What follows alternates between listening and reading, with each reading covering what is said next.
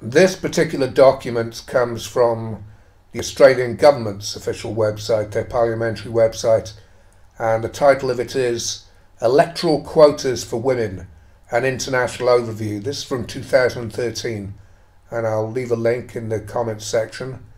And I'm going to skip through the actual document and just go down to Appendix 2, where you can find the arguments for and against quotas for women. I'm not going to bother with the arguments against, because I'm just going to cover the arguments for, and I'm sure you can make up your own minds on why you would be against women quotas anyway, and in anything for that matter. But the arguments for: electoral quotas have proven to be the most effective way to achieve a better gender balance. Well, the more women you get in Parliament, it seems to me, the more feminists that you get, and the more women get used to the idea that they should have special treatment all the time, and that eliminating men completely from, in these cases, of course, from the participating in the political process altogether, which I believe that didn't the suffragettes fight for something along those lines, and now you have feminists trying to do the exact same thing to men, because that's where it's going to end up, I guarantee you. So I'm calling bullshit on the first argument.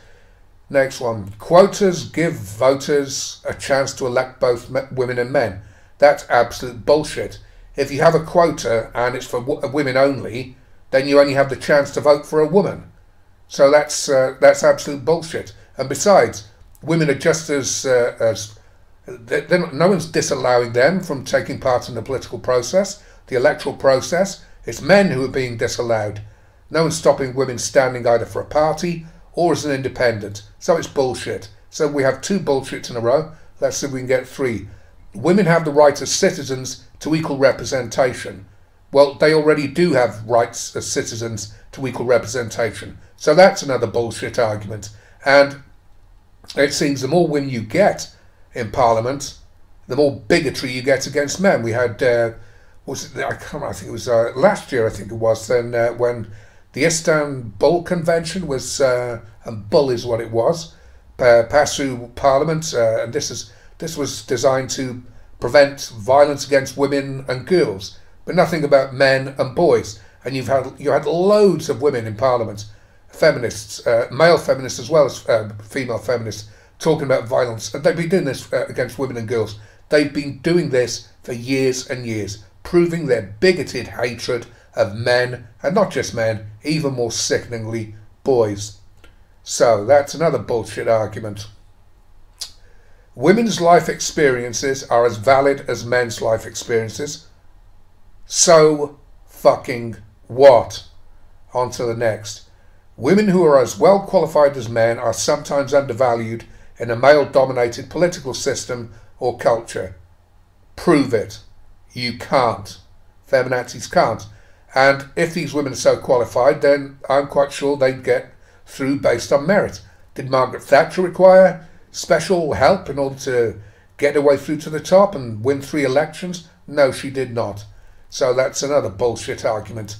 And by having quotas, of course, you're not only discriminating against men, you're eliminating more than half of the potential candidates, because more men want to become politicians than women anyway. So they may be more qualified than these women who get through to where they get through, not based on merit, of course, but based on the genitals between their legs, so it's another bullshit argument. Next one: quotas for women do not discriminate.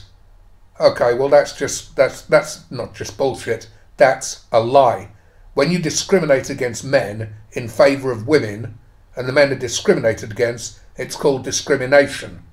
I don't think feminist brains can quite understand that. Quotas imply that there are several women working together in a committee or assembly. No, they don't. And even if they were, so what? What does the makeup of a committee mean? I know we have a women and equalities committee in this country, but there's no, in the lower house, there's no men and equalities committee though. So in other words, men, as usual, are being discriminated against. The only member on that committee who does give a damn about men and boys' rights is, to my knowledge, is Philip Davis MP. Thank God for him. And this bullshit argument continues by saying, together in a committee or assembly, thus minimizing the stress experienced by the token woman. What token woman? This is a feminist myth. I do recall, actually, I've just remembered, I think at one stage of his John Major was Prime Minister for 7 years, and I believe at one stage, didn't he have just one female token cabinet member, one Edwina Curry? She must have been really stressed out, but he knew how to relieve her stress. He fucked her on the cabinet table. Quotas can contribute to a process of democratization by making the nomination process more transparent. Yes, transparently bigoted, transparently against men. That's anti-democratic. So but all of these arguments are bullshit. Next one. If women perform well, voters are likely to be more willing to elect women candidates in future elections. So what? That's no argument. Critical mass or increased representation will accelerate the likelihood that other women will stand at so what and gain election, blah, blah, blah. Increased representation. Women are overrepresented in Parliament already, and most of that overrepresentation, so I should say feminists and their opinions of what the women should get, usually at the direct expense of men and very often children as well, of course. They're the ones who are overrepresented, and they're overrepresented mostly by men. You give me a load of people like Erin Pitsey, the Refuge Movement founder, or Karen Strawn, who hate feminist guts. Now, you want quotas for them and get rid of, so they can get into Parliament and join Philip Davis, or in Canada, Karen Strawn. That's absolutely fine with me. Absolutely fine. Eliminate all those cowardly fucking males who are going to get into Parliament and refuse to represent their male constituents. Male men and boys alike. What a bunch of cowards they fucking are. Quotas fast-track women's equal representation. How many times do I have to say they aren't there to represent the genitals between their constituents' legs anymore, the female genitals that is, any more than men are there to represent the genitals between... I mean, what the fuck is wrong with these bloody women?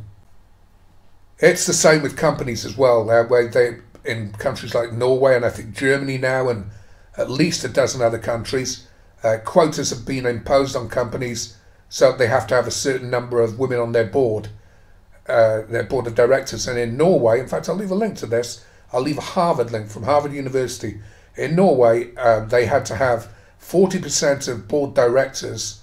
This was decided, I think, in 2003, possibly 2004, and they had to up the directors on women directors on boards to 40% by 2008, and they did, and they discovered that the value of the company went down, that the company didn't make as much money. Look, cut a long story short, the company was fucked up because of just putting inadequate women into these positions, not based on merit, but just based on the hole between their legs. You stick them into a parliament where laws are created, for God's sakes, where they're supposed to run the country, and they're just ignorant bitches who don't give a shit about the rights of half of their constituents. You end up with the absolute disaster that we have now, all promoted by the man-hating, boy-hating media. I'm losing my voice there. Thank God it's the final paragraph. More women in Parliament benefits society. No, it doesn't. It ruins it even more by drawing on a wider range of talents and resources. That range of women are already available. They can already participate in the political process. So this is more, but it's all bullshit. All the arguments for talents. What? Women have special talents. Don't tell me. I swear to Christ, if multitasking had been in this bloody article, I would have actually lost my temper. As it is, I'm going to finish off there. I'll leave a link to this thing.